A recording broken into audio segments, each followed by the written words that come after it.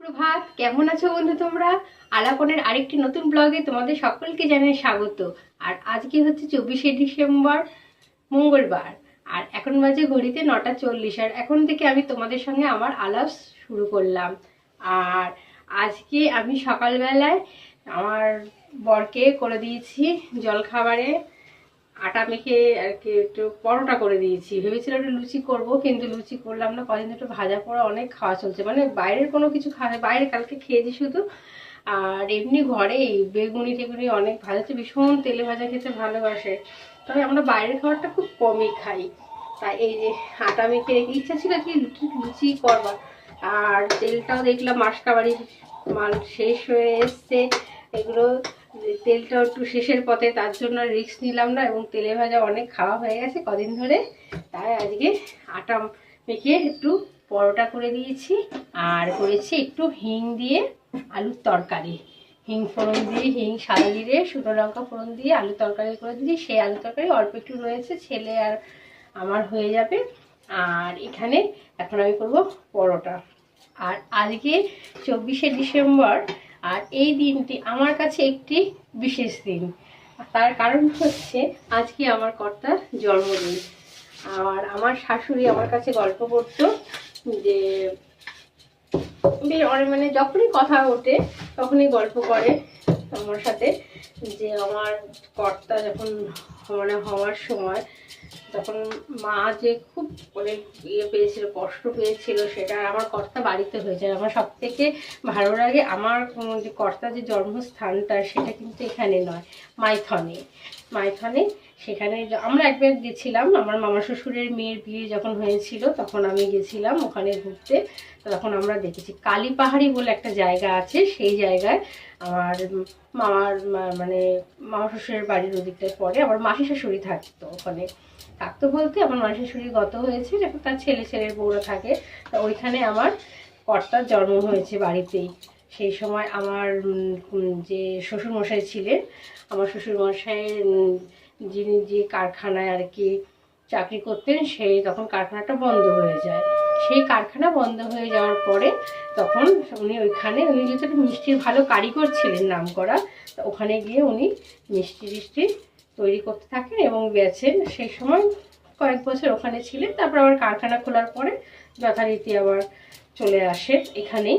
এখানে আমাদের তো বাড়িঘর তো আমার শ্বশুরবাড়িতে রয়েছে, এখন যেখানে আর কি বসত বাড়ি রয়েছে নৈহাটিতে, তা সেখানেই আমার মানে বাড়ি ছিল আগে, নিজেদের বাড়ি। তো ওখানে আবার চলে আসেন সবাইকে নিয়ে, ফ্যামিলি নিয়ে এখানে চলে আসেন। তা যেটা বলার, যে 7ই পৌষ একদম রাত ভোর হয়ে ভীষণ কনকনে ঠান্ডা। আর মাইথনের জায়গাটা না সত্যি, আমরা গেছি, আমরা অঘ্রাণ মাসে আমার ননদের বিয়েতে গেছিলাম, আর মামা শ্বশুরের মেয়ের বিয়েতে। সেই সময় এত ঠান্ডা, মানে ওখানে গরমের সময় যেমন গরম, শীতের সময় তেমন ঠান্ডা, বিশাল ঠান্ডা পড়ে ওখানে। একটু পাহাড়ি এলাকা, আর ওখানে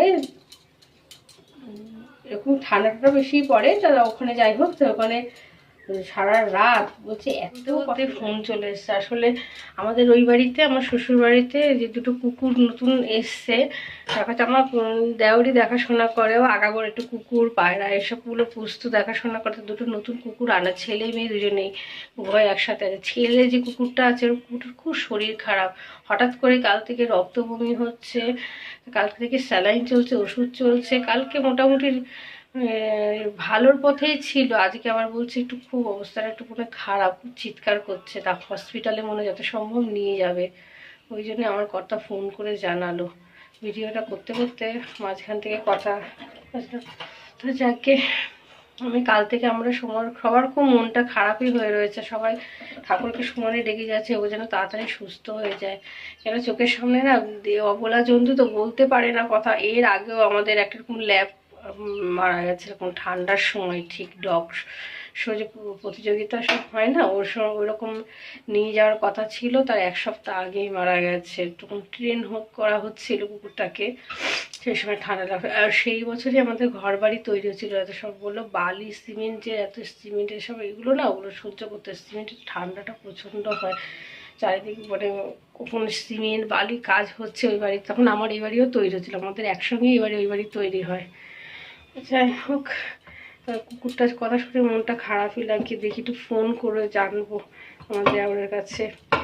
আর বন্ধু তোমরা দেখতে থাকো, কদিন ধরে সত্যি মনটা ভালো নেই, দুদিন ধরে। আর কালকে আমার ছেলের রেজাল্ট বেরিয়েছে, আমাদের ছেলের রেজাল্ট বেরিয়েছে, রেজাল্ট মোটামুটি ভালোভাবেই পাস করেছে, ক্লাস 10-এ উঠেছে। অঙ্কের নাম্বারটা একটু কম আছে, 59 পেয়েছে, অঙ্কে খুব একটা ভালো নাম্বার করতে পারিনি। আর এই যে আমি এখন এই টিফিনটা করে নিই, তারপরে আবার তোমাদের সঙ্গে পরে কথা বলবো। গুড ইভিনিং বন্ধুরা, কেমন আছো তোমরা? 6:45 বাজে এখন। আর আমার ছেলে আজকে বলেছিলাম না 24শে ডিসেম্বর যে ওর প্রোগ্রামটা আছে, স্কুল থেকে যে গানের একটা প্রোগ্রাম রেখেছে, নৈহাটি উৎসব হবে, আর নৈহাটি উৎসবে আজকে উদ্বোধন হচ্ছে, হয়ে গেছে এতক্ষণে। আর তারই প্রোগ্রাম চলছে এখনও, প্রায় 3টে থেকে মোটামুটি প্রতিবারই শুরু হয়ে যায়। আর সেটার প্রোগ্রামেই আমার ছেলে গান গাইবে, তো যাবে, আমরা একটু পরেই রেডি হব। আর মনটা একদম ভালো নেই বন্ধু আজকে। আমার শ্বশুরবাড়িতে সকালবেলায় বলছিলাম না যে দুটো কুকুর আছে, তা ছেলে কুকুরটা খুব অসুস্থ, হঠাৎ করে কালকে অসুস্থ হয়েছে, সে কুকুরটা আজকে মারা গেছে। কালকে রক্ত বমি করছিল খুব, হঠাৎ করে আমার ছেলের রেজাল্ট আউট হয় 1টার পরে, আমি ফোন করি অনেকক্ষণ, বিকেলবেলা নাগাদ ফোন করেছিলাম আমার দেওরকে জানানোর জন্য, আমার শাশুড়িকে রেজাল্ট জানানোর জন্য যে পাস করেছে ভালোভাবে, সেটা জানানোর জন্য। তখনই বললো যে কুকুরটা এরকম অসুস্থ, স্যালাইন চলছে। তা কাল থেকে আমরা অনেকবার ফোনে যোগাযোগ হচ্ছে, যেহেতু ভাসুর থাকে না, বারবার করে ভাসুর যেখানে কারখানায় আর কি আমার ভাসুর কাজ করে, সেখানেই উনি একটা ফ্ল্যাটে থাকে, সবসময় আসতে পারে না উনি, ওখান থেকে বারবার করে কালকে আমরা প্রায় ঘুমিয়েছি রাত 2টোর সময়, এরকম ফোন করে করে জানছি। লাস্ট ভিডিও কল করেছি তখন আমরা করেছি, তখন প্রায় 12টার ওপরে ভিডিও কল করে দেখলাম কুকুরটাকে। করার পরে আজকে শুধু সকালবেলা খবর নিলাম, তখন বললো একটু খিচুড়ি মতন করছে, যেন হসপিটালে নিয়ে যাওয়া হচ্ছে। যে কাঁচরাপাড়ায় কাপা ক্যাম্প আছে, ওখানে একটা হসপিটাল আছে বললো, ওখানে নিয়ে যাওয়া হয়েছে। তাই এইমাত্র আমার হাজবেন্ড খবর দিল, এর দুপুরবেলায় বললো যে ওখানে নিয়ে যাওয়া হয়েছে, চিকিৎসা চলছে, টেস্ট চলছে, 3 দিন ওকে দেখবে, অবজার্ভ করবে, 3 দিন ভর্তি থাকবে। দেখি আমার ছেলের ভিডিও গুলো তুলতে পারি তোমাদের দেখাবো। আর বন্ধু এমনি ভাত রান্না করা আছে, ভেবেছিলাম আর একটু বিরিয়ানি, বাইরে থেকে বিরিয়ানি আনবো। বাড়িতে দেখি সেরকম দুপুরবেলা কিছুই রান্না করিনি, একটুখানি ফুলকপি ভাতে খেতে আমার ছেলে ভালোবাসে, আমিও ভালোবাসি। ফুলকপি ভাপা করেছিলাম অল্প একটু, কিচ্ছু না, একদম কাঁচা লঙ্কা, সর্ষের তেল, নুন এইসব দিয়ে একটু ভাপা করেছিলাম ফুলকপিটা। আর কালকে 2 পিস মাছ ছিল, ওই দিয়েই খেয়েছি। ওটা আজকে আসার সময় কুকুরটাকেও দেখে আসবো, তখন ভেবেছিলাম সকালবেলা, তারপরে তো দুপুরে শুনলাম ভর্তি আছে। আর এখন তো এই খবর, ভাবছি একটা ওর সাথে সবসময় সঙ্গী ছিল, ও একা হয়ে গেল একদম। কিন্তু বলছে ডাক্তার বলছে ওখান থেকেও বলছে, যারা যারা শুনছে মানুষ সিমটম যা সব দেখে সব বলছে বিষাক্ত কিছু খেয়ে ফেলেছে। কী করে খেলো কি জানে, কুকুরটা ঘরের মধ্যে আটকাই থাকে সবসময়।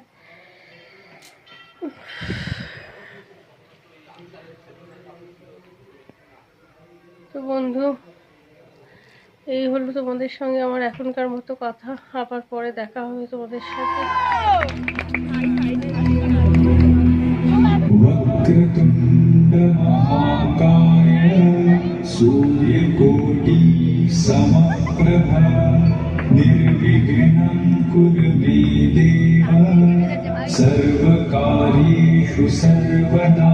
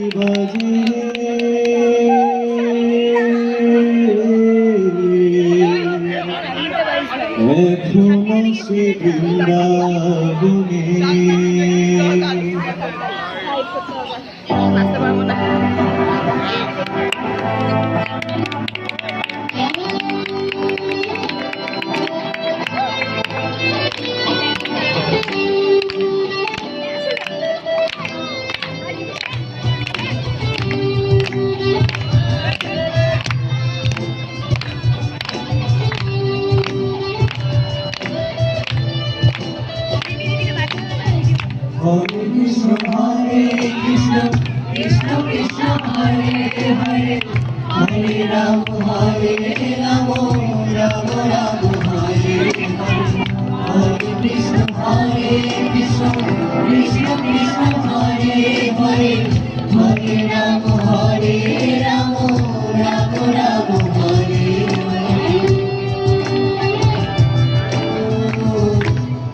Hare Hare Noro Marise Omaroi Suke Marise Eche Baba Kori Jesa Upeni Eche Baba Eda Hare Hare Umer Sadore Orichito Hate Radore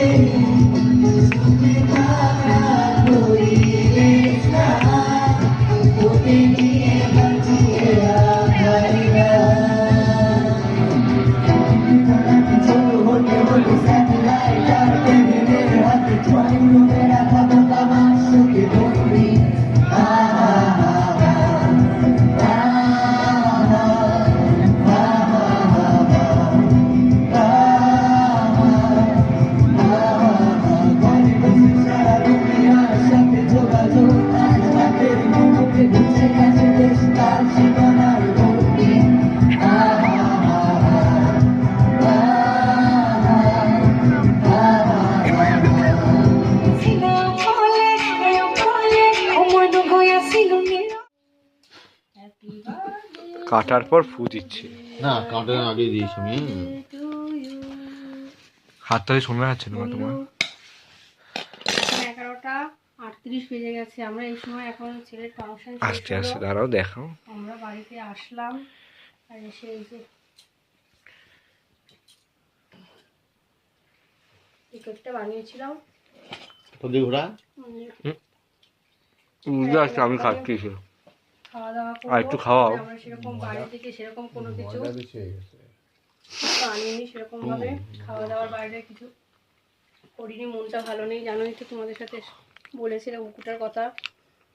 আর একটু কফি করেছি, তার মধ্যে আরো কেন মন খারাপ বলো? তার মধ্যে আমার ছেলে আরও মন খারাপ হচ্ছিল। সবার লাস্টে স্টেজ পেয়েছে, মানুষজন চলে যাচ্ছে, মানে যখন পাওয়ার কথা ছিল তার থেকে আরও দেরিতে স্টেজ পেয়েছে, তার জন্য আরও মনটা খারাপ হয়ে গেছে। যাকে মোটামুটি সব ভালোভাবেই কেটেছে। তো বন্ধু, আমার আলাপ তোমাদের সঙ্গে আজকে এতটুকুই। দেখা হবে তোমাদের সঙ্গে পরের একটা ব্লগে। ততক্ষণের জন্য শুভরাত্রি বন্ধুরা। আর আমার এই ব্লগটা যদি তোমাদের ভালো লেগে থাকে তবে একটা লাইক করবে, কমেন্ট করবে, শেয়ার করবে, আর আমার চ্যানেলটা অবশ্যই একটু সাবস্ক্রাইব করে দেবে।